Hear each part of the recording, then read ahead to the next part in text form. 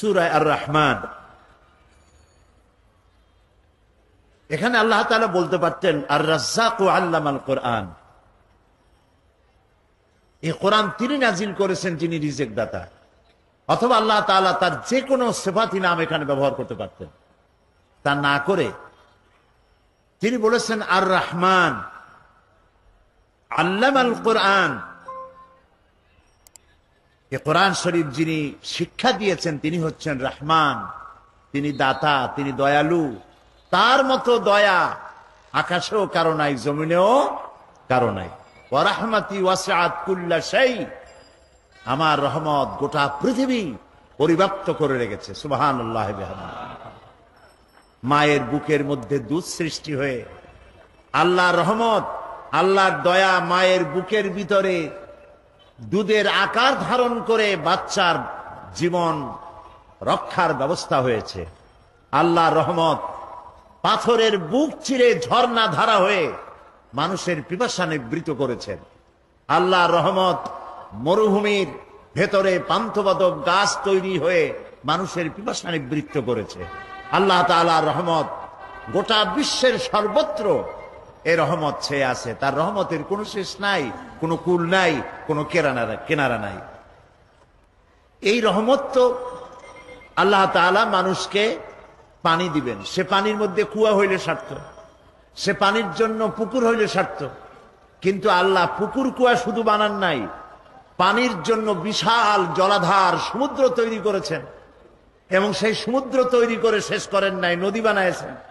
নদীর থেকে খাল বানাইয়া মানুষের দরজা পর্যন্ত পানি পৌঁছায় দিয়েছেন। মাটির তলের মধ্যে মাটির পরতে পরতে পানি রেখেছেন। পানি এক জায়গায় জমা করা দয়ার প্রমাণ নয়, দয়ার প্রমাণ হলো পানিটা প্রাণী জগতের ঘরে ঘরে পৌঁছে যাওয়া, তাতেও পাচ্ছে কিনা। সেজন্য আল্লাহ রব্বুল আলামিন তার এত বিশাল দয়া যে সেই দয়া বৃষ্টির ফোঁটা ফোঁটা বিন্দু হয়ে আকাশ থেকে নাজিল হয়ে ঊর্ধ্ব দেশ থেকে সেই বৃষ্টির কণা কণা, বৃষ্টির ফোঁটা ফোঁটা নাজিল হয়ে পৃথিবীর কোথায় কোন শুকনো বালুকণা আছে সেগুলিকে দেখে দেখে সিক্ত করে দিয়ে ভিজায় দিয়ে গোটা পৃথিবীকে ফসল ধারণের উপযোগী আল্লাহ তাআলা করে দেন। তিনি সেই রহমান। এই যে দয়া আল্লাহ তাআলা করেছেন, তার দয়ার মধ্যে শ্রেষ্ঠ দয়া হচ্ছে যে তিনি কোরআন দিয়েছেন। সুবহানাল্লাহ। এর থেকে বড় দয়া আর কিছু হতে পারে না। মহাগ্রন্থ আল কোরআন মানুষের সৌভাগ্যের চাবিকাঠি। এই কোরআন এসেছে মানুষের সৌভাগ্য করে দেওয়ার জন্য, ভাগ্যাহত করার জন্য কোরআন আসে নাই।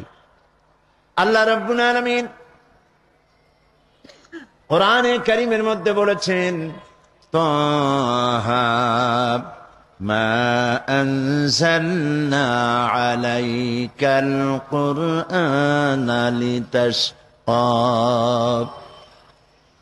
আল্লাহ তাআলা বলেন, নবী হে, এই কোরআন আপনার প্রতি এই জন্য অবতীর্ণ করা হয় নাই যে কোরআনের কারণে আপনি ভাগ্যাহত হবেন। কোরআন আপনাকে ভাগ্য বিপর্জিত করবে, ভাগ্য বিপর্যস্ত করবে। কোরআন এর কারণে আপনি হতভাগ্য হবেন, এই জন্য কোরআন আসে নাই। কোরআন এসেছে, কোরআন যাদের কাছে থাকবে তারা হবে পৃথিবীর শ্রেষ্ঠ সৌভাগ্যবান জাতি। আমরা লক্ষ্য করে দেখতে পাই, ইতিহাস সাক্ষী, 610 খ্রিস্টাব্দে কোরআন নাজিলের সূচনা লগ্ন, কোরআন নাজিলের সূচনা লগ্ন 610 খ্রিস্টাব্দ থেকে।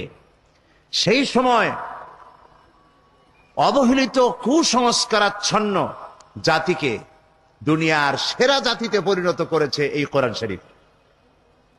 যারা ছিল চোর, যারা ছিল ডাকাত, যারা ছিল নারীর ইজ্জত সম্ভ্রম হরণকারী, তারা হয়ে গিয়েছিল নারীর সতীত্বের হেফাজতকারী, মানুষের ধন এবং সম্পদের হেফাজতকারী হয়েছিল এই কোরআনের কারণে।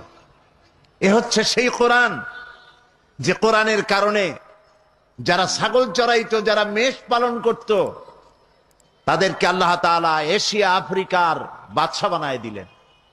তাদের দখলে গোটা এশিয়া, ইউরোপ, আফ্রিকার শাসক আল্লাহ তাদের বানায় দিলেন।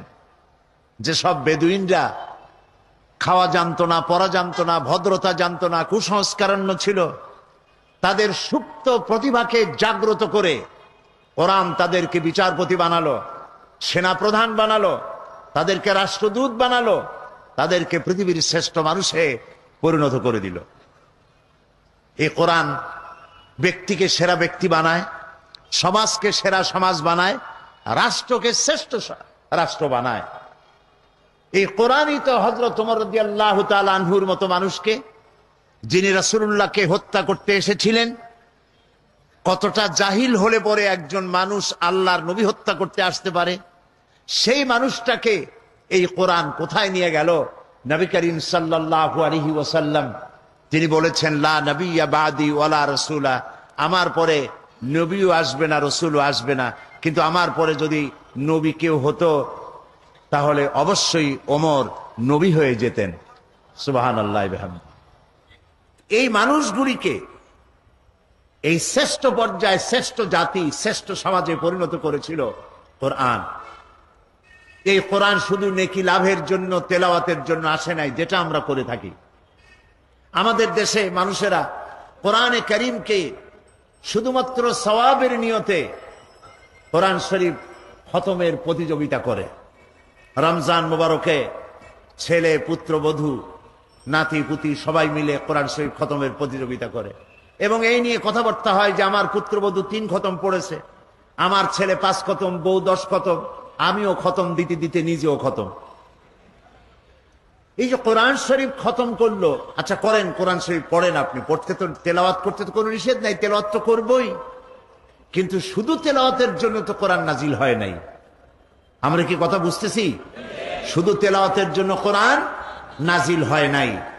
কোরআন শরীফ তেলাওয়াত করতে হবে, কোরআন শরীফ বুঝতে হবে, কোরআন শরীফ আমল করতে হবে। এই জন্য কোন সাহাবীর সূরা বাকারার মতো একটা সূরা সম্পূর্ণ তেলাওয়াত করতে 2 বছর, 3 বছর, 4 বছর সময় লেগে গিয়েছে। কেন লেগেছে? এত দেরি হয়েছে কেন? এই জন্য দেরি হয়েছে, তারা এক একটি আয়াত তেলাওয়াত করতেন, বুঝতেন, আর বাস্তব জীবনে তা আমল করতেন, তারপরে আরেকটা তেলাওয়াত করতেন। এই জন্য সাহাবায়ে কেরাম যখন জমিনের উপর থেকে হেঁটে যেতেন, তখন মনে হতো যেন জীবন্ত কোরআন হেঁটে যাচ্ছে। আজকে আমাদের দেখলে কি তা মনে হয়? বলেন, আজকে আমাদের দেখলে কি তা মনে হয়? আমাদের দেখলে তা মনে হয় না। আপনারা ইউসুফ ইসলামের নাম শুনেছেন, ইউরোপের পপ সিঙ্গার, মেগা স্টার বলা হয় তাকে। চট্টগ্রামেও আসছিলেন। ও, হযরত মাওলানা শামসুদ্দিন সাহেব বলছেন তিনি চিরমঙ্গে এসেছিলেন এবং সমাজ কল্যাণের পক্ষ থেকে তাকে সম্বর্ধনা দেওয়া হয়েছিল। তার নাম ছিল ক্যাটস স্টিভেন।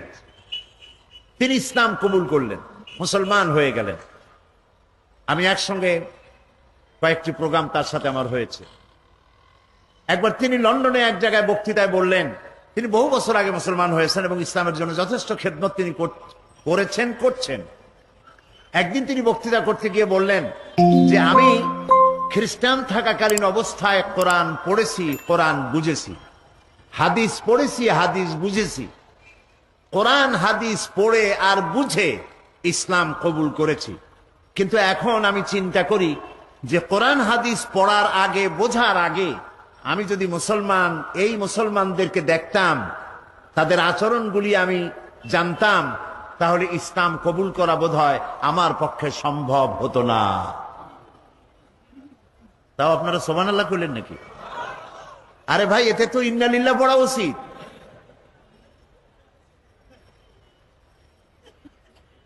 কথাটার অর্থ হলো, এই কোরআনে যে ইসলামের কথা বলা আছে, এই কোরআনে যে মুসলমানের কথা বলা আছে, নবী করিম সাল্লাল্লাহু আলাইহি ওয়াসাল্লামের হাদিসে যে ইসলাম আর মুসলমানদের কথা আছে, আমাদের পা থেকে মাথা পর্যন্ত সেই ইসলাম কোথায়?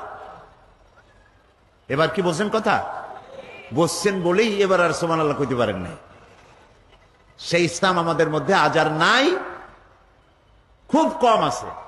সিরাতে সুরতে মুসলমানের মতো আসি, কিন্তু আমলে, আখলাকে, লেনদেনে, দিয়ানাতদারিতে, আমানতদারিতে, ব্যবসায় বাণিজ্যে মুসলমানের যে চরিত্র হওয়া উচিত ছিল, সেই চরিত্র আমাদের মধ্যে আজ অনুপস্থিত। এ কথা বলতে কি লজ্জা হয় না ঠিক বলছি বলেন? এটা সত্য কি না? সেই জন্য একসময় তো এমন ছিল পৃথিবীতে আমরা সংখ্যায় ছিলাম কম, মাত্র 1 গ্লাস পানি 6 জন 7 জনে 8 জন 10 জনে ঠোঁট ভিজাইয়া জিহ্বাটাকে ভিজাইছে, কণ্ঠটা ভিজাইছে। একটা খেজুরকে 8-10 জনে ভাগ করে খেয়েছে, ছিঁড়ে ছিঁড়ে একটু একটু জিহ্বায় দিয়া একটু পানি মুখে দিয়ে রোম শাম পারস্য বিজয় করেছে আমার পূর্বপুরুষেরা। এইবার সুবহানাল্লাহ বলতে পারেন? সেই মুসলমানের সংখ্যা এখন 130 কোটি, কেউ বলে 150 কোটি। যেটা কইয়ে আপনি আনন্দ পান। 130 কোটি পাথরের টুকরা এক জায়গায় করলে তাও একটা বড় পাহাড় হয়, শক্তি হয় তার। সেই শক্তি দিয়ে একটা কোনো কিছুর মোকাবেলা করা যায়। 130 কোটি সমুদ্রের ঢেউ যদি একটার পরে একটা আসে, উপকূল ভেঙে চুরে চুরমার করে দেওয়া যায়। কিন্তু 130 কোটি মুসলমান আজ 130 কোটি মুরগির ডিমের মতো হয়ে গেছে। বলতে আজ খুব দুঃখ হয়। এই অবস্থার জন্য আমরা দায়ী। এই অবস্থার জন্য কারা দায়ী বলে? আমরা নিজেরাই দায়ী। বিগত 25টি বছর, 25 বলবো না, এই মঞ্চে বিগত 24 বছর, 2টা যুগ এই কথাগুলি আমরা বলেছি। আমরা কথা বলতে পিছপা হই নাই, সত্য কথা বলেছি। বিশ্ব মানবতার বিরুদ্ধে পরিচালিত নির্যাতন এবং জুলমের বিরুদ্ধে আমরা কথা বলেছি। দেশের ব্যাপারেও বলেছি, বিদেশের ব্যাপারেও বলেছি। তাতে কারো কোনো রক্তচক্ষুকে আমরা পরোয়া করি নাই। এটা সত্য কিনা? আজও পরোয়া করি না। আমরা কথা বলবোই। আমাদেরকে কথা বলতে হবে। কি কথা বলতে চাই সেটা শেষের দিকে আনবো, এখন না। আজকেই সেই কথাগুলি বলবো। তাতে অতীতে যেমন রক্তচক্ষু পরোয়া করি নাই, আজও করব না ইনশাআল্লাহ। প্রিয় ভাই সব, কোরআন বুঝতে হবে। বোঝার জন্যই কোরআন এসেছে। আমরা বুঝি নাই, না বুঝলে আমরা তো আমল করতে পারবো না। কথা ঠিক কিনা? কোরআন শুধু শোনার জন্য শুনেছি, তেলাওয়াতের জন্য শুনেছি, পড়েছি, কিন্তু এটাকে আমল করার জন্য চেষ্টা করি নাই। আল্লাহ এটাকে কেন নাজিল করেছিলেন? আল্লাহ রাব্বুল আলামিন কোরআনে কারীমের মধ্যে বলেছেন, ওয়াহাদা কিতাবুন আনজালনাহু মুবারাকুন ফাত্তাবিউহু ওয়াত্তাকু লাআল্লাকুম তুরহামুন। এটি হচ্ছে এক মহা পবিত্র কিতাব, বিশ্ববাসীর জন্য আশীর্বাদ স্বরূপ। সুবহানাল্লাহ বলেন। বিশ্ববাসীর জন্য কি আশীর্বাদ স্বরূপ? ফাত্তাবিউহু ওয়াত্তাকু। এই কোরআনকে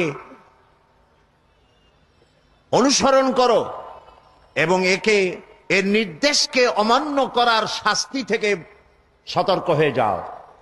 এতে যে নির্দেশগুলি আছে, সেই নির্দেশগুলি যদি অমান্য করো, তাহলে অমান্যকারীকে প্রচন্ড রকম শাস্তি দেওয়ার ক্ষমতা তার আছে, যিনি কোরআন অবতীর্ণ করেছেন। সুবহানাল্লাহ।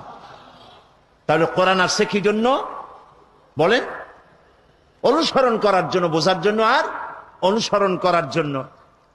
কোরআন না বুঝলে থাকবেন অন্ধকারে, আর যদি বুঝতে পারেন, আমল করতে পারেন, তাহলে আসবেন কিসের মধ্যে? আলোর মধ্যে। দেখুন আল্লাহ কি বলছেন। আল্লাহ রাব্বুল আলামিন সূরা ইব্রাহিমের মধ্যে বলছেন, কিতাবুন আনজালনাহু ইলাইকা লিতুখরিজান নাসা মিনাজ যুলুমাতি ইলান নূর। কিতাবুন আনজালনাহু ইলাইকা, এটি একটি কিতাব যা আমি আপনার উপর অবতীর্ণ করেছি এই জন্য, যাতে করে আপনি মানব গোষ্ঠীকে অন্ধকারের ভেতর থেকে আলোর দিকে নিয়ে আসতে পারেন।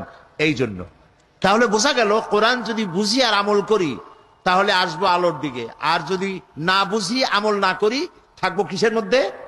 অন্ধকারের মধ্যে।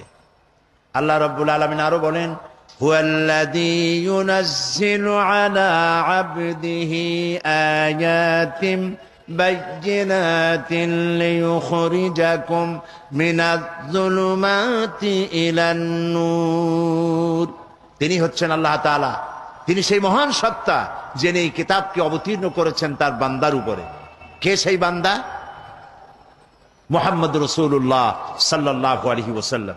তিনি সুস্পষ্ট আয়াত কোরআন তিনি নাজিল করেছেন এই জন্য যাতে করে তিনি মানব গোষ্ঠীকে অন্ধকারের ভেতর থেকে আলোর দিকে নিয়ে আসতে পারেন। আর অন্ধকার মানেই হচ্ছে, এখানে যে অন্ধকার বলা হয়েছে জুলুমাত, এটা রাতের অন্ধকার নয়। এই জুলুমাতে অন্ধকার হচ্ছে মানব রচিত মতবাদ। মানব রচিত মতবাদগুলি মানুষেরা মানুষকে পরিচালনার জন্য যত মত এবং পথ তৈরি করেছে তার সবগুলি হলো অন্ধকার। বলেন সবগুলি কি? অন্ধকার। যেমন কমিউনিজম, সোশ্যালিজম, ন্যাশনালিজম, সেকুলারিজম, এই যত ইজম আছে, যত মতবাদ আছে, পুঁজিবাদ, জাতীয়তাবাদ, সমাজবাদ, তারপরে ধর্মনিরপেক্ষ মতবাদ, এই যত মতবাদ মানুষে তৈরি করেছে সকল মতবাদের পরিণতি হলো বরবাদ। এই সবগুলির পরিণতি বরবাদ। আর ইসলাম এর পরিণতি হচ্ছে আবাদ। ইসলাম এটি হচ্ছে আল্লাহর তৈরি করা, এটার নাম হচ্ছে নূর, এটার নাম আলো। আর মানুষ যেগুলি বানিয়েছে এগুলি হচ্ছে সব অন্ধকার। কারণ মানুষ যা তৈরি করে এর মধ্যে ভুল থাকে। বলেন থাকে কিনা? থাকে কিনা? এই কোরআন কে তৈরি করেছেন? সবাই বলেন আল্লাহ তাআলা তৈরি করেছেন। এই কোরআন তার সৃষ্ট, এটা তার বাণী, এটা তার কথা, এটা তার বক্তব্য, এটা তার জ্ঞান। আর মানুষ যা তৈরি করে তার সব নিজের জ্ঞান। আমাদের দেশে সংবিধান আছে, কনস্টিটিউশন আছে। আমাদের দেশের কনস্টিটিউশন সহ পৃথিবীতে যত সংবিধান আছে সমস্ত সংবিধানগুলি আল্লাহর তৈরি না মানুষের তৈরি? সবাই বলেন মানুষের তৈরি। আর মানুষের তৈরি বলেই প্রত্যেক বছর এতে অ্যামেন্ডমেন্ট করতে হয়, সংযোজন, বিয়োজন, সংশোধন, পরিবর্তন, পরিবর্ধন এগুলি করা লাগে। ঠিক কিনা বলে? আমাদের দেশের সংবিধানে করা লাগে নাই নাকি? লাগছে কিনা? সব দেশে লাগে, শুধু আমার দেশে না, সব দেশে লাগে। এবার বলেন তো কোরআন শরীফের মধ্যে কোরআনের বয়স কত? 1400 বছর বা 1500 বছর আপনি বলতে পারেন। প্রায় 1500 বছর এই কোরআনে কারীমের বয়স। আল্লাহ রাব্বুল আলামিন একে নাজিল করেছেন 1500 বছরের ভিতরে। মানব গোষ্ঠীর মধ্যে এমন একজন মানুষ দেখা যায় না, এমন একজন মানুষের কথা শোনা যায় নাই যিনি বলতে পেরেছেন যে কোরআনের এই আইন বর্তমান যুগে অচল। পাশে কেউ বলতে কোরআনের ভিতরে কোনো পরিবর্তন আসে নাই, ভবিষ্যতে আসতে পারে নাকি? বলেন ভবিষ্যতে আসতে পারে না, কারণ এটি হচ্ছে আল্লাহ তাআলার বক্তব্য, আল্লাহ তাআলার কোরআন। এই জন্য মানুষ যেন কোরআন নিয়ে চিন্তা করে, কোরআন নিয়ে ভাবনা করে, এজন্য কোরআনের মধ্যে আল্লাহ পাক বারবার বলেছেন।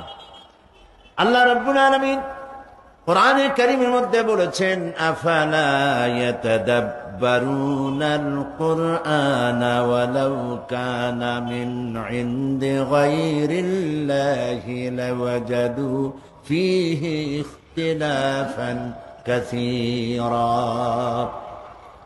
আফালা ইয়াতাদাব্বারুনাল কুরআন, এরা কি কোরআন নিয়ে চিন্তা ভাবনা করে না? কোরআন নিয়ে কোনো গবেষণা করে না? ওয়ালাউ কানা মিন ইনদি গায়রিল্লাহ, যদি এটা আল্লাহ ছাড়া অন্য কারো কাছ থেকে আসতো, লাওয়াজাদু ফীহি ইখতিলাফান কাসীরা, তাহলে এর মধ্যে তোমরা অনেক অসঙ্গতিপূর্ণ বক্তব্য পেতে, একটার সাথে আরেকটার কথার মিল হতো না। কিন্তু কোরআনের মধ্যে প্রত্যেকটি বক্তব্যের সামঞ্জস্যপূর্ণ, সঙ্গতিপূর্ণ, কোন অসঙ্গতি কোরআনের মধ্যে নাই। তোমরা কি এগুলি চিন্তা করো না, বিবেচনা করো না? তোমাদের কি আকল নাই, জ্ঞান নাই? আফালা তুবসিরুন আফালা তাসমাউন আফালা তাআকিলুন, তোমরা কি দেখতে পাও না? তোমরা কি শুনতে পাও না? তোমাদের কি জ্ঞান নাই, আকল নাই? আল্লাহ তাআলা বারবার বলছেন এটা দেখো, কোরআন সম্পর্কে চিন্তা করো, ভাবনা করো, গবেষণা করো। কোরআন শরীফের মধ্যে আল্লাহ তাআলা বলছেন কিতাবুন আনজালনাহু ইলাইকা মুবারাকুন লিয়াদাব্বারু আয়াতিহি ওয়া লিয়াতাযাক্কারা উলুল আলবাব। এটি একটি কিতাব, আমি একে নাজিল করেছি, এটাকে আমি অবতীর্ণ করেছি, এটি একটি আশীর্বাদ, এটি একটি রহমত গোটা বিশ্ববাসীর জন্য। এই আয়াতগুলি সম্পর্কে তোমাদের চিন্তা ভাবনা করা উচিত, গবেষণা করা উচিত। আল্লাহ রাব্বুল আলামিন বলেন, আফালা ইয়াতাদাব্বারুনাল কুরআনা আম আলা কুলুবিন আকফালুহা। তারা কি এই কোরআন নিয়ে কোনো চিন্তা ভাবনা করে না, নাকি তাদের কালবের মধ্যে তালা লেগে গেছে? তাদের অন্তঃকরণ কি তালা লেগে গেছে? তারা কোরআন নিয়ে চিন্তা ভাবনা করে না কেন? আল্লাহ তাআলা কোরআন নিয়ে গবেষণা করার জন্য বলেছেন, চিন্তা ভাবনা করো, গবেষণা করো, কি নিয়ামত আল্লাহ তাআলা তোমাদেরকে দান করেছেন। আমি শুরুতেই বলেছি, এ কোরআন নাজিল করেছেন যিনি, তিনি হচ্ছেন রহমান। নিজের এই নামটি তিনি ব্যবহার করেছেন, এই কারণে বিশ্ববাসীর জন্য, মানব গোষ্ঠীর জন্য আল্লাহ যত দয়া করেছেন, কোরআন নাজিল করে সর্বশ্রেষ্ঠ দয়ার প্রমাণ দিয়েছেন তিনি। সুবহানাল্লাহ। এই জন্য মন মস্তিষ্ক, যারা মন মস্তিষ্ক কাজে লাগায় না, তারা বুঝবে কি করে? তারা কি দেখ, আমি কি দেখি সেটা তো আমার মস্তিষ্ক দিয়ে চিন্তা করা উচিত, ঠিক কিনা বলে? এরপরে কান কি শুনলো সে সম্পর্কে এরা খবর রাখে না। কি দেখলো তা চিন্তা করে না, কি শুনলো তা চিন্তা করে না, তার শরীরে কিসের স্পর্শ করলো তাও সে বুঝতে পারলো না। তার মানে হলো তার মগজকে সে কাজে লাগাচ্ছে না। এই জন্য তার ব্রেনকে, তার মগজকে, তার চোখকে কাজে লাগানো দরকার। আল্লাহ তাআলা আমাদেরকে যে সমস্ত নিয়ামত দান করেছেন, হস্তপদাদি, চক্ষু, কর্ণ, নাসিকা, এগুলি সব কাজে লাগাতে হবে কোরআন শরীফ বোঝার জন্য। আল্লাহ তাআলা চোখ দিয়েছেন, এই চোখকে আমরা কাজে লাগাইনি। আল্লাহ তাআলা বলেন, فإنها لا تعمى الأبصار ولكن تعمى القلوب التي في الصدور। আল্লাহ তাআলা বলছেন, এদের যে বাহ্য দৃষ্টি আছে, এই চোখ তাদের নষ্ট হয় নাই, কিন্তু ভেতরের চোখ, অন্তঃকরণের চোখের উপরে পর্দা পড়ে গেছে, তালা লেগে গেছে। সেই জন্য কোরআন সম্পর্কে চিন্তা ভাবনা করে না, কোরআন সম্পর্কে ধারণা তাদের নাই। কোরআনকে তাবিজের কিতাব মনে করা হয়, কোরআনকে তদবিরের কিতাব মনে করা হয়, কোরআনকে শুধু তেলাওয়াতের কিতাব বলা হয়, অথচ এই কোরআন শরীফ একটি জাতি গঠন করেছিল। সুবহানাল্লাহি ওয়া বিহামদিহি। আপনারা নিশ্চয়ই জানেন, আমি কথা অনেকবার বলেছি, আমাদের দেশের কলেজ আছে, বিশ্ববিদ্যালয় আছে, মাদ্রাসা আছে, এর অনেকগুলি সিলেবাস আছে, সিলেবাসে অনেক বই আছে। এই সিলেবাসের হাজারো বই দিয়ে, সিলেবাসের অনেকগুলি বই দিয়ে মানুষেরা যে পরীক্ষা দিল অনেক সাবজেক্টের উপরে, তা দিয়ে কি তৈরি হলো? কলেজ বিশ্ববিদ্যালয়গুলি আমাদেরকে কি উপহার দিল? এবার দেখেন, নবী করিম সাল্লাল্লাহু আলাইহি ওয়াসাল্লাম, তারও একটা বিশ্ববিদ্যালয় ছিল। আমি আমার ভাষায় বলি, সেই বিশ্ববিদ্যালয়ের নাম হলো আল হেরা ইউনিভার্সিটি। সেই আল হেরা ইউনিভার্সিটির চ্যান্সেলর যদি হন আল্লাহ রাব্বুল আলামিন, তাহলে এর ভাইস চ্যান্সেলর ছিলেন মুহাম্মদুর রাসূলুল্লাহ সাল্লাল্লাহু আলাইহি ওয়াসাল্লাম। আর ছাত্র দেখেন, এই বিশ্ববিদ্যালয় থেকে ছাত্র তৈরি হলেন আবু বকর, ওমর, ওসমান, আলী, আবু ওবায়দা ইবনুল জাররাহ, জুবাইর ইবনুল আওয়াম, আব্দুর রহমান বিন আউফ, আবু মুসা আশআরী রিদওয়ানুল্লাহ তাআলা আলাইহিম আজমাইন। এই যে লোক তৈরি হলো, তাম পৃথিবীর সমস্ত বিশ্ববিদ্যালয়গুলি একত্রিত হয়ে যদি প্রচেষ্টা করে, একজন ওমর তারা কি বানাতে পারবে? একজন ওমর বানানো কি সম্ভব? কখনো সম্ভব না, যেহেতু এটা আল্লাহর কালাম দিয়ে তৈরি হয়েছিল।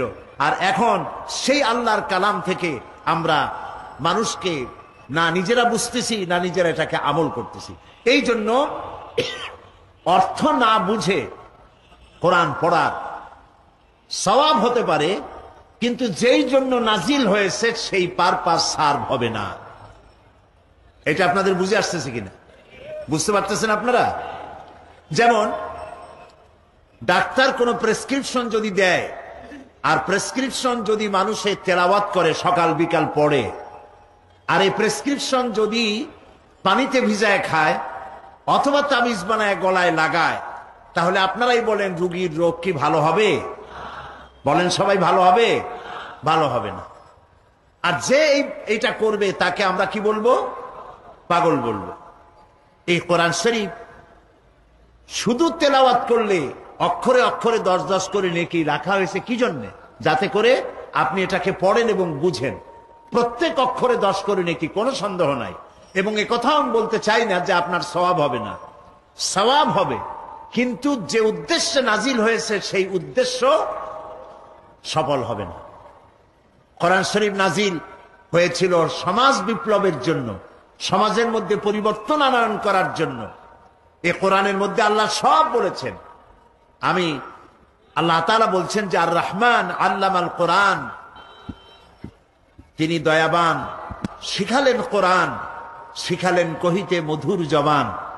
এই যে আল্লাহ তাআলা দয়া করেছেন বান্দার প্রতি, মানব গোষ্ঠীর প্রতি, সর্বশ্রেষ্ঠ দয়া হলো যে তিনি কোরআন শিক্ষা দিয়েছেন মানুষকে।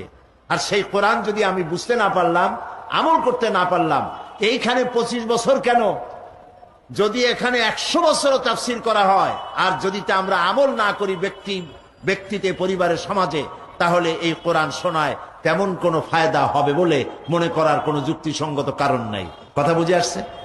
তাহলে কোরআন শরীফ তেলাওয়াত করব, বুঝবো। যদি না বুঝি তাহলে অবস্থাটা কি? আল্লাহ রাব্বুল আলামিন বলেন وَمَثَلُ الَّذِينَ كَفَرُوا كَمَثَلِ الَّذِي يَنْعِقُ بِمَا لَا يَسْمَعُ إِلَّا دُعَاءً وَنِدَاءً سُمٌّ بُكْمٌ عُمْيٌ فَهُمْ لَا يَعْقِلُونَ। যারা আল্লাহর কিতাব অনুযায়ী চলতে অস্বীকার করে, তাদের অবস্থা হচ্ছে সেই সব রাখালের মতো যে পশুদেরকে রাখাল ডাকে, আর পশুরা রাখালের আওয়াজ শোনে কিন্তু রাখাল কি বলে তা বোঝে না। এই যে পশুকে যা বলা হয় রাখালে, তার মেষ, তার ছাগল, তার ভেড়া, তার মহিষ, তার গরু ডাক দেয়, তারপরে ডানে বাই ইত্যাদি যা কিছু বলে, গালাগালি করে ইত্যাদি যা বলে আর যা করে, পশুতে শুধু একটা শব্দ শোনে কিন্তু কি বলে তা বোঝে না।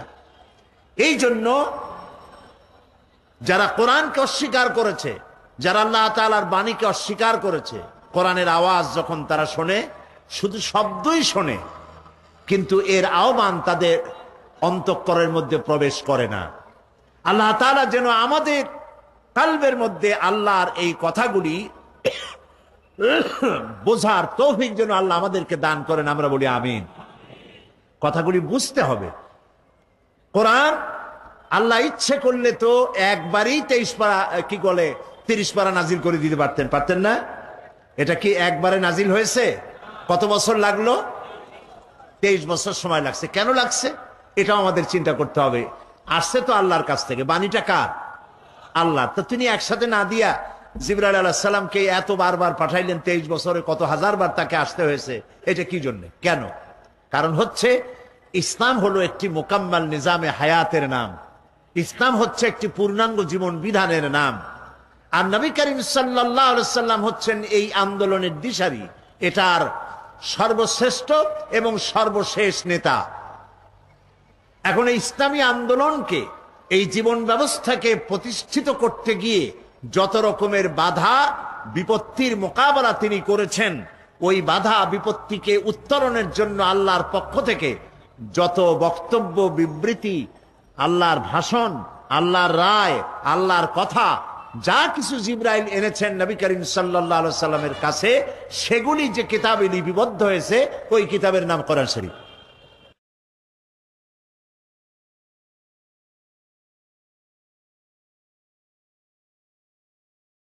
কোরআন শরীফ বিশ্বাস করুন, এটা কোনো তাবিজের কিতাব নয়। অনেক কোরআন শরীফ আছে বাংলাদেশে, যে কোরআন শরীফের শুরুতেই অনেকগুলি নকশা থাকে, তাবিজের নকশা। আপনারা নিশ্চয়ই লক্ষ্য করেছেন আমাদের দেশে বাংলা ভাষায় যে কোরআনগুলি ছাপা হয় তাতে এই নকশাগুলি থাকে, বিশেষ করে এই সাবকন্টিনেন্টে, বাংলাদেশ, পাকিস্তান, ইন্ডিয়া। এইখানে যে কোরআনগুলি ছাপা হয় সে কোরআন শরীফের মধ্যে এই ধরনের নকশা থাকে। সূরা মরিয়মের নকশা, সূরায়ে ইউসুফের নকশা, সূরায়ে মায়েদার নকশা, এই আবার নিচে লেখা থাকে এই নকশা ব্যবহার করলে জ্বর ছেড়ে যাবে, ওই নকশা ব্যবহার করলে বিয়ে হবে তাড়াতাড়ি, ওই নকশা ব্যবহার করলে বাচ্চা হবে শীঘ্র, এই রকমের নানান কথাগুলি লেখা। এই কোরআন শরীফের সাথে যারা সূরার নকশা ছাপায় দেন তারা রীতিমতো কোরআন শরীফের সাথে বেয়াদবি করেন, কোরআন শরীফের সাথে তারা তামসা করেন। এই আরবি, তারা আরবি অক্ষরগুলির কতগুলি নাম্বার বানিয়েছেন, এই নাম্বার তো রাসূলুল্লাহ বানান নাই, এই নাম্বারগুলি তো সাহাবায়ে কেরাম দেন নাই। আলিফের নাম্বার কত, বায়ের নাম্বার কত, তায়ের নাম্বার কত, এইভাবে কতগুলি নাম্বার দিয়া সূরাগুলি একত্রিত করিয়া 1273, 1792, 1421, 230 ইত্যাদি কতগুলো নাম্বার দিয়া এগুলি দিয়া এক একটা সূরা নকশার মধ্যে ঢুকাইছে। এরভাবে ঢুকায়া ঢুকায়া বিসমিল্লাহির রহমানির রহিমের অক্ষরগুলির মোট হিসাব করে 786 বানাইছে। এখন এগুলি মানুষেরা লিখতেছে, এগুলি দরজায় লিখে রাখে, সিঁড়িতে লিখে রাখে 786।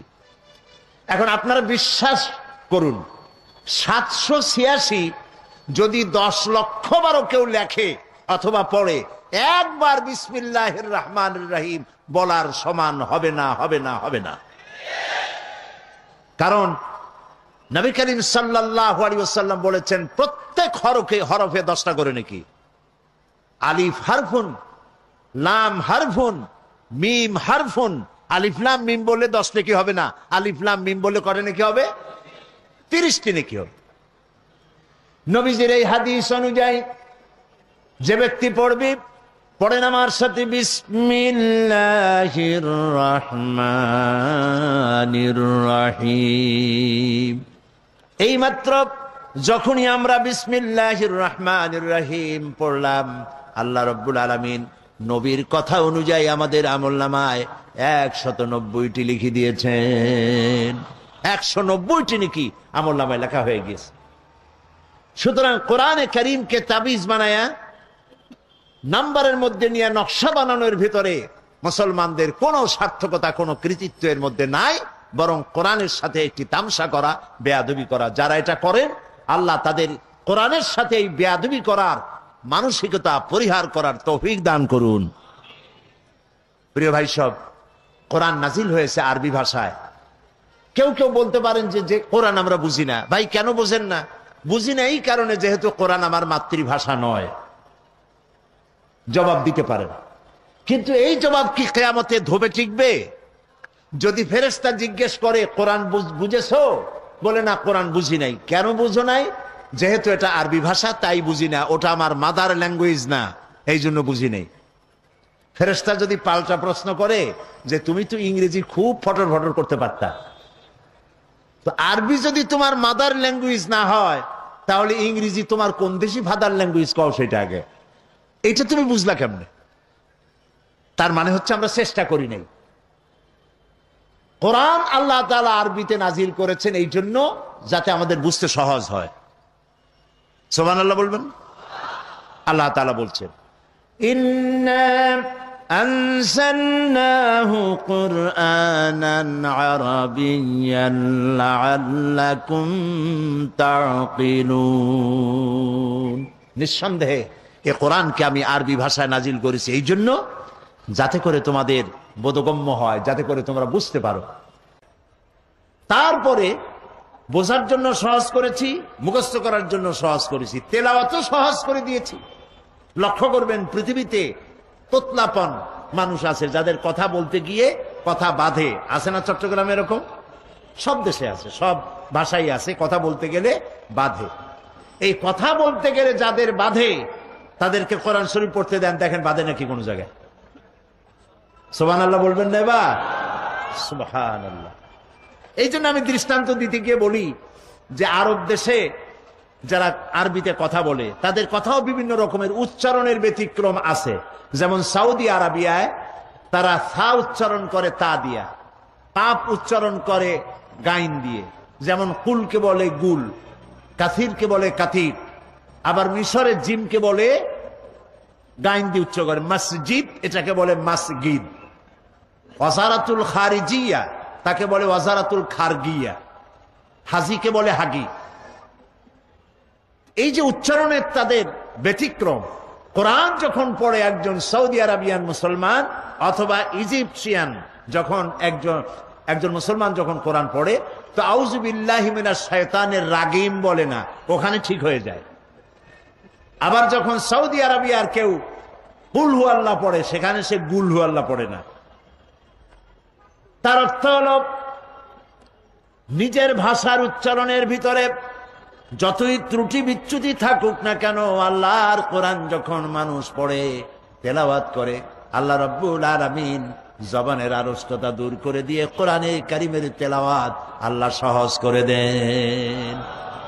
এটা বোঝাও সহজ, তেলাওয়াত করাও সহজ, মুখস্থ করাও সহজ, কারণ এটা আল্লাহ তাআলা নাজিল করেছে। আল্লাহ রাব্বুল আলামিন বলেন, فإنما يسرناه بلسانك لعلهم يتذكرون। হে নবী, অবশ্যই কোরআনকে আমি আপনার বাক প্রক্রিয়ার মধ্যে আমি সহজ করে দিয়েছি, যাতে করে লোকেরা সহজেই এর থেকে উপদেশ গ্রহণ করতে পারে। নবী করিম সাল্লাল্লাহু আলাইহি ওয়াসাল্লাম কোরআন শরীফ যখন নাজিল হতো, তিনি তেলাওয়াত করতেন খুব দ্রুত গতিতে, যাতে করে আয়াত, পারা, সূরা, জের, জবর কোন রকমের ছুটে না যায়। মহান আল্লাহ রাব্বুল আলামিন নবীজির এই কষ্ট লক্ষ্য করলেন আর তাকে জানায় দিলেন, লা তুহাররিক বিহি লিসানাকা লিতাজালা বিহি। ও নবী, কোরআনকে মুখস্থ করার জন্য আপনার জিহ্বা এত নাড়াচাড়া করার কোনো প্রয়োজন নাই। জিবরাইল যখন আপনার প্রতি কোরআন অবতীর্ণ করে, আমার জিবরাইলের সাথে একবার মাত্র আপনি কোরআনে কারীম তেলাওয়াত করবেন, আপনার সিনার ভিতরে গোটা কোরআন শরীফ মুখস্থ করায় দেওয়ার মালিক আমি আল্লাহ। আমি আপনাকে মুখস্থ করায় দেব, আপনাকে তেলাওয়াত করার তৌফিক দিব, এ কোরআন আপনাকে বোঝার তৌফিক দান করে দেব। মানুষকে যেন আপনি তেলাওয়াত করে বুঝাইতে পারেন, সে তৌফিকও আমি আল্লাহ আপনাকে দান করে দেব।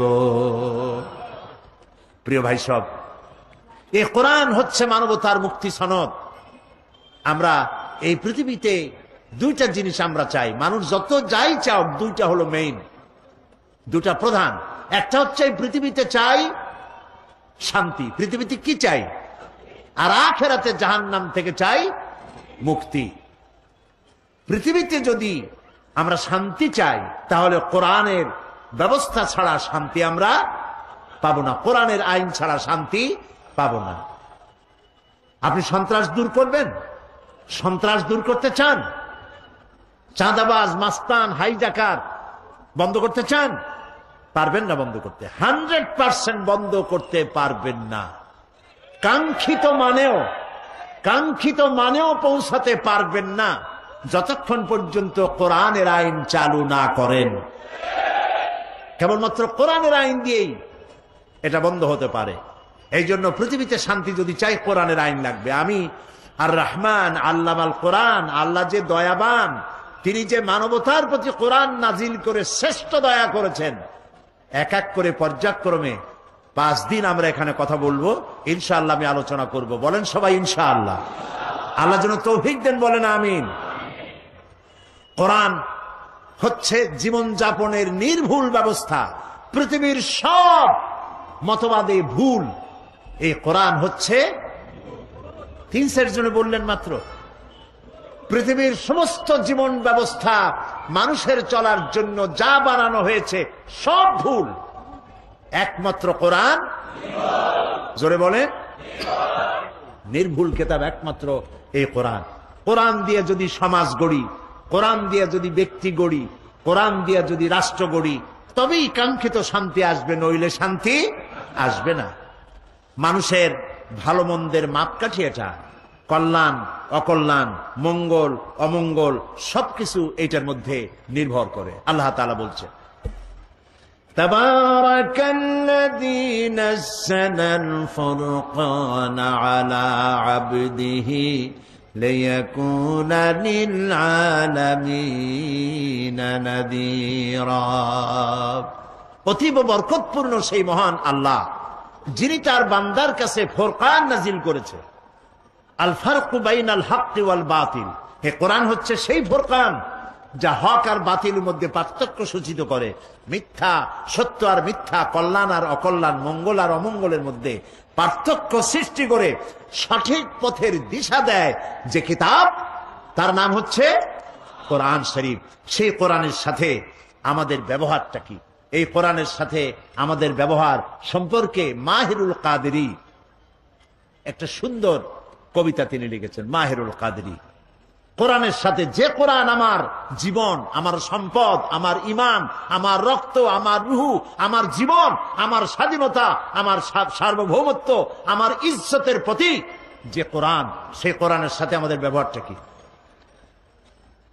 মাহিরুল কাদেরী তিনি লিখছেন, ताक़ू में सजाया जाता हूँ, आँखों से लगाया जाता हो, ताबीज बनाया जाता हो, धो धो के पिलाया जाता हो।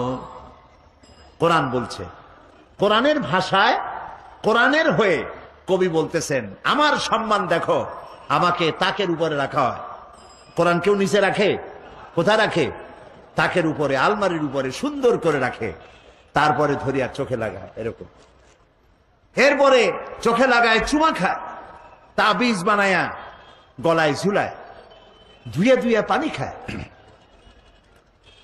जुज़दाने हरीर व रेशम के और फूल सितारे चांदी के, फिर इत्र की बारिश होती है, खुशबू में बसाया जाता हो। রেশমের কাপড়ে আমারে জড়ায় রাখে, ফুল এবং চাঁদি দিয়ে আমার উপরে ছড়িয়ে দেওয়া হয়, আতরের বৃষ্টি বর্ষণ করা হয়। किस बज़्म में मेरा जिक्र नहीं, किस उर्स में मेरी धूम नहीं, फिर भी मैं अकेला रहता हूँ, मुझसा कोई मजलूम नहीं। সব মাহফিলে আমার কথা বলা হয়, দ্বীনি মাহফিলগুলিতে। আমাকে, এমন কোন অনুষ্ঠান আছে মুসলমানদের যেখানে ধর্মীয় মাহফিলগুলিতে আমার সম্মানের কথা বলা না হয়, আমার ইজ্জতের কথা বলা হয়, আমার সুমা দেওয়া হয়, শ্রেষ্ঠ কিতাব বলা হয়।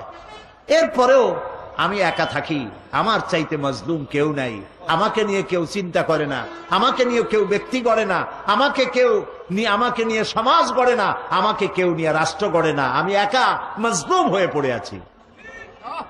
মূল বাস্তব কথা হচ্ছে, পৃথিবীতে কোরআনের মতো মজলুম কিতাব এই পৃথিবীতে আর নাই। সামান্য ক্লাস 1-এর ছেলে, নার্সারি গ্রুপের ছাত্র, সেও যা পড়ে বানান করে বুঝে বুঝে পড়ে। আর এই কোরআন আল্লাহর কিতাব মানুষ বুঝতে চেষ্টা করে না, এর থেকে দুঃখ আর কিছুই হতে পারে না। প্রিয় ভাই সব, এই জন্য আমাদের প্রয়োজন হচ্ছে কোরআন বোঝা, কোরআন বোঝা, কোরআনের উপরে চিন্তা করা, কোরআনের উপরে আমল করা। আল্লাহ রাব্বুল আলামিন বলেন, قل بفضل الله وبرحمته فبذلك فليفرحوا هو خير مما يجمعون। قل بفضل الله وبرحمته, হে নবী আপনি বলুন। শুনতেছেন আপনারা? আল্লাহ তাআলা বলছেন, নবী আপনি বলেন, বিফাদলিল্লাহি ওয়া বিরহমাতিহি, ও পৃথিবীর মানুষেরা, তোমাদের উপরে আল্লাহর করুণা, আল্লাহর রহমত হচ্ছে এই যে কোরআনের মতো একখানা কিতাব আল্লাহ তোমাদেরকে দান করেছেন। সুবহানাল্লাহ বলেন। ফাবিযালিকা ফালিয়াফরাহু, কোরআনের মতো কিতাব পাইছো, আনন্দ করো। কে বলতেছেন? বলেন, কোরআনের মতো কিতাব পেয়েছো, আনন্দ করো। হুয়া খায়রুম মিম্মা ইয়াজমাউন, এই পৃথিবীর সব মানুষ যা কিছু অ্যাচিভ করেছে, এই পৃথিবীর মানুষ যা কিছু অর্জন করেছে, কোরআন তার থেকে শ্রেয়। সুবহানাল্লাহ বলতে পারেন নাই? পারেন না এই কারণে যেহেতু বোঝেন নাই। লক্ষ্য করেন আল্লাহ কি বলছেন, হুয়া খায়রুম মিম্মা ইয়াজমাউন। পৃথিবীর সব মানুষ যা অ্যাচিভ করেছে, যা অর্জন করেছে, কি অ্যাচিভ করেছে? পৃথিবীর মানুষেরা সোনা পেয়েছে, সোনার খনি, রূপার খনি, হীরার খনি। মানুষ এসব খনিজ দ্রব্য পেয়েছে, ক্ষমতা পেয়েছে, ইন্ডাস্ট্রিয়ালিস্ট হয়েছে, শিল্প কলকারখানার মালিক হয়েছে। গোটা পৃথিবীর মানুষ জাগতিক সম্পদ বলতে যা আছে, যা কিছু পৃথিবীর সব মানুষ অর্জন করেছে, তার মোকাবেলায় কোরআন শ্রেষ্ঠ। এর থেকে উত্তম আর পৃথিবীতে কিছু নাই। সর্বশ্রেষ্ঠ হচ্ছে কোরআন। প্রিয় ভাই সব, সেজন্য আল্লাহ বলছেন আনন্দ করো। এই আনন্দ আমরা করে থাকি। এই ডিসেম্বর মাসের, এটা কি মাস যাচ্ছে, এই ডিসেম্বরের 16 তারিখে আমরা আনন্দ একটা করছি, করি নাই? ওটা কি আনন্দ কন্ত? বিজয়ের আনন্দ। পৃথিবীর প্রত্যেকটি দেশ তাদের স্বাধীনতার আনন্দ করে, আমরাও একটি স্বাধীনতার আনন্দ করি। তবে আমাদের দেশের মানুষের 2 বার স্বাধীনতা অর্জনের অভিজ্ঞতা আছে। একবার ব্রিটিশ থেকে, আর একবার পাকিস্তানের শোষণ নির্যাতন থেকে। 2 বার আমরা স্বাধীন হলাম, তাই আমরা আনন্দ করি। এই আনন্দ পৃথিবীতে আমরা শুধু করি না, ভারতও করে। এই আনন্দ সৌদি আরব করে, কুয়েত করে, কাতার করে, ইউরোপ করে, আমেরিকা করে। পৃথিবীর সব জাতি স্বাধীনতার আনন্দ করে একদিনের জন্য। কয়দিনের জন্য? এই আনন্দ কিসের? একটি দেশের অধীনে ছিলাম, ওই দেশের অধীনতা থেকে আমরা মুক্ত হয়েছি, তাদের নির্যাতন থেকে, তাই আমরা আনন্দ করি। আল্লাহ তাআলা বলছেন কোরআন নাজিল হয়েছে, আনন্দ করো। এই আনন্দ হচ্ছে খায়রুম মিন আলফি শাহর। কোরআন যেদিন নাজিল হয়েছে, ওটা দিন ছিল না রাত ছিল? তাও মনে নাই আপনাদের? রাত ছিল। ওই রাতটা কত মাসের চাইতে শ্রেয়? 1000 মাসের চাইতে। কিন্তু 1000 মাস কিন্তু বলা হয়নি। যদি 1000 মাস বলা হতো, তাহলে আলফুন ওয়াহিদ লাগাই দিলে হতো। বলা হয়েছে আলফুন, এর অর্থ হচ্ছে 1000 না, হাজার হাজার। আল্লাহ রাব্বুল আলামিন বলতে চান, এই পৃথিবীর মানবতার কল্যাণের জন্য হাজার হাজার মাস ধরে মানুষের যে কল্যাণ সাধিত হয় নাই, কোরআন যেদিন নাজিল হলো, সেই রাতটা মানবতার সেই কল্যাণ সাধিত হয়েছে। এখন কোরআনের মতো একখানা কিতাব পেয়েছো, তাই আনন্দ একদিন করলে হবে না। কোরআনের মতো কিতাব পেয়েছো, স্বাধীনতা অর্জন করেছো, এক দেশের গোলামি থেকে মুক্তি পাইছো। আর কোরআন নাজিল হওয়ার কারণে মানুষের গোলামি থেকে মুক্ত হয়েছো। অর্থনৈতিক গোলামি, আধ্যাত্মিক গোলামি, মানুষের নির্যাতন, নিপীড়ন, কৃতদাস বৃত্তি, নারীর গোলামি, নারীদের স্বাধীনতা, অধিকার হরণ ইত্যাদি থেকে গোটা পৃথিবীবাসী মানুষের দাসত্ব থেকে মুক্ত হয়ে এক আল্লাহর গোলামে পরিণত করেছে কোরআন। তাই কোরআন যে স্বাধীনতা দিয়েছে মানুষকে, সেই স্বাধীনতার জন্য তোমাদেরকে একদিন আনন্দ করলে হবে না, 1 মাস রোজা রেখে আনন্দ করো। এটা কোরআন শরীফ, যেটা আল্লাহ তাআলা নাজিল করেছেন। স্বাধীনতার আনন্দ কি আর পরাধীনতার গ্লানি কি, ইরাকে গিয়ে জিজ্ঞেস করে আসেন। আজকে প্যালেস্টাইনি মুসলমানদের কাছে জিজ্ঞেস করে আসেন, স্বাধীনতার মজা কি আর পরাধীনতার গোলামি কারে বলে। প্রিয় ভাই সব, এই কোরআন যদি আমল করতাম, কোরআন যদি বুঝতাম, কোরআন মেনে যদি জীবন চালাতাম, পৃথিবীতে কাশ্মীরে যদি দুরবস্থা ঘটছে, আফগানে যা ঘটলো, প্যালেস্টাইনে যা ঘটলো, ইরাকে যা ঘটছে, এই দৃশ্য আমাদের চোখে দেখা লাগতো না যদি কোরআন বুঝতাম, আমল করতাম। আজ বিশ্বজোড়া মুসলমানদের উপর অত্যাচার চলছে, জুলমের শিকার সারা পৃথিবীর মুসলমানেরা। আমরা লক্ষ্য করেছি পৃথিবীতে কোন দেশের উপর কোন দেশ, লক্ষ্য করুন, পৃথিবীর কোন দেশ যদি অন্যায় করে, কোন দেশ যদি আন্তর্জাতিক আইন লঙ্ঘন করে, মানবতা বিধ্বংসী, মানব বিধ্বংসী কোন পারমাণবিক অস্ত্র যদি কেউ সংরক্ষণ করে পার্শ্ববর্তী দেশকে অথবা মানুষকে ধ্বংস করার জন্য, এই সব কোন দেশ অন্যায় করলে সেই দেশের অন্যায় যাতে বন্ধ হয়, অন্যায় না করতে পারে, সেই জন্য পৃথিবী দায়িত্ব দিয়েছে জাতিসংঘকে। ঠিক কিনা? আমি জাতিসংঘের ইতিহাস বলবো না, কারণ সেটা বলার জায়গা এটা না। তবে আমি শুরুতে বলেছি আমরা 25 বছর এই মঞ্চে বসে দেশ এবং বিদেশের মানবতার বিরুদ্ধে পরিচালিত জুলমের বিরুদ্ধে কথা বলেছি, কারো রক্ত চক্ষুকে আমরা পরোয়া করি নাই। আজ ইরাক যদি কোনো অন্যায় করে থাকে তাহলে তা দেখার দায়িত্ব ছিল জাতিসংঘের। জাতিসংঘ ইরাককে নোটিশ দেবে। ইরাক যদি সেই নোটিশ না মানে, জাতিসংঘ গোটা পৃথিবীর তার সদস্যভুক্ত দেশগুলিকে ডেকে জরুরি বৈঠক করবে এবং ইরাককে মানতে বাধ্য করবে তার বক্তব্য। যদি না মানে, জাতিসংঘ তার বাহিনী নিয়ে ইরাকের উপরে ঝাঁপিয়ে পড়লে শুধু ইরাক না, পৃথিবীর যে কোনো দেশ আন্তর্জাতিক আইন যদি লঙ্ঘন করে, জাতিসংঘের এখতিয়ার আছে তার বিরুদ্ধে যুদ্ধ ঘোষণা করে তাকে পদানত করার।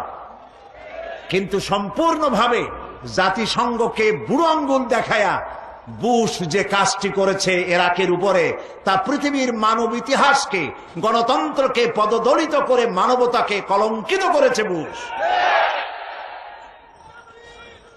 সেজন্য আজ ইরাকের তেল সমৃদ্ধ ইরাক, আজকে তারা গত ঈদ উল ফিতরে আমরা ঈদ করেছি, তাদের কোনো ঈদ হয় নাই। চোখের পানি দিয়ে তারা ঈদ করেছে। এই জুলমের বিরুদ্ধে দুনিয়াকে সোচ্চার হতে হবে। প্রেসিডেন্ট সাদ্দাম হোসেনকে গ্রেফতার করা হয়েছে। আমরা চাই তার আত্মপক্ষ সমর্থনের সুযোগ দেওয়া হোক এবং ইরাকের দালাল, ইরাকের বশংবদ কোন ইরাকি দালালদের দিয়ে গঠিত কোন আদালতে তার বিচার হোক, আমরা তা চাই না। আমরা চাই আন্তর্জাতিক আদালতে যদি বিচার করতে হয় তবে বিচার হোক আন্তর্জাতিক আদালতে। তবে সেখানেও কথা আছে, বুশ তাকে বলেছেন যুদ্ধ অপরাধী, কিন্তু দুনিয়া মনে করে একবিংশ শতাব্দীতে কোন যুদ্ধ অপরাধীর বিচার যদি হয় তাহলে সর্বপ্রথম বুশের বিচার হওয়া উচিত সর্বপ্রথম।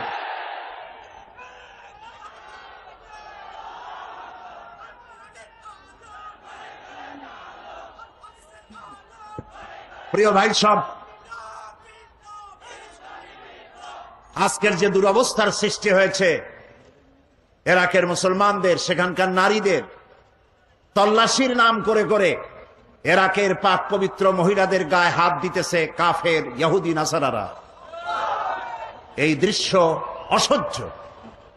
সুতরাং আজকে কাউকে না কাউকে কথা বলতেই হবে।